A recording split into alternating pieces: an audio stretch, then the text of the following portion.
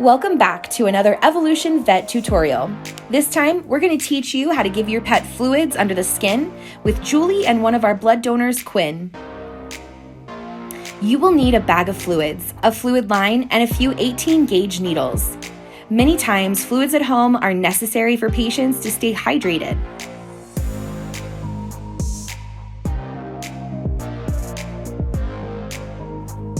The first step is to put together the fluid system.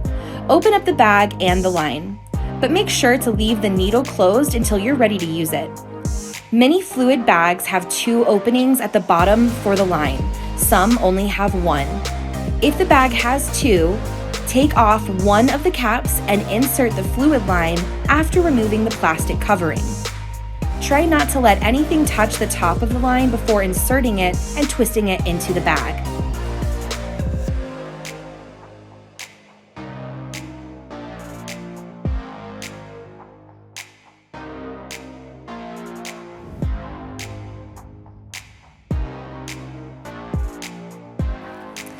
The fluids will start to flow immediately, so bend part of the line and let the top vial fill slowly.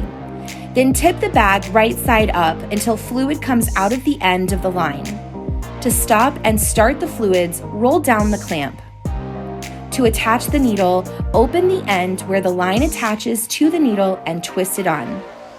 You may use a smaller needle, but it will flow much slower into your pet, making this experience a little bit more stressful. Always remember, use a new, clean needle each time.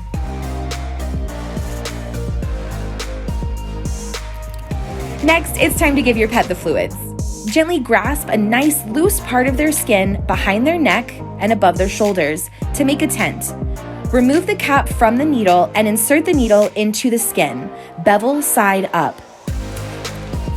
Now this will be uncomfortable for your pet. They may jump or even yelp during their initial poke. Some can be more sensitive than others. Now it's time to roll down the clamp and let the fluid start hydrating your pet. Your veterinarian will tell you how many milliliters to give your pet each time. Each dash stands for 100 milliliters of fluid, and the bag has 1,000 milliliters total. It's important to not overload your pet with fluids, so be sure to only give the prescribed amount. Your pet will develop a fluid pocket under the skin, and it can move around. In general, it should be absorbed within about a couple of hours. It can be helpful to have another person nearby to help you distract the pet and give them lots of love and treats while they receive the fluid treatment. When you remove the needle from your pet, do so quickly and hold the area with some gauze or tissue. There may be a little blood or fluid that leaks from the fluid pocket, and that is okay. Put pressure on the area for a few seconds to a minute or until it is no longer leaking. And just like that, Quinn is all done. Treats are important before, during, and after this experience to make it a positive one. Thanks for watching.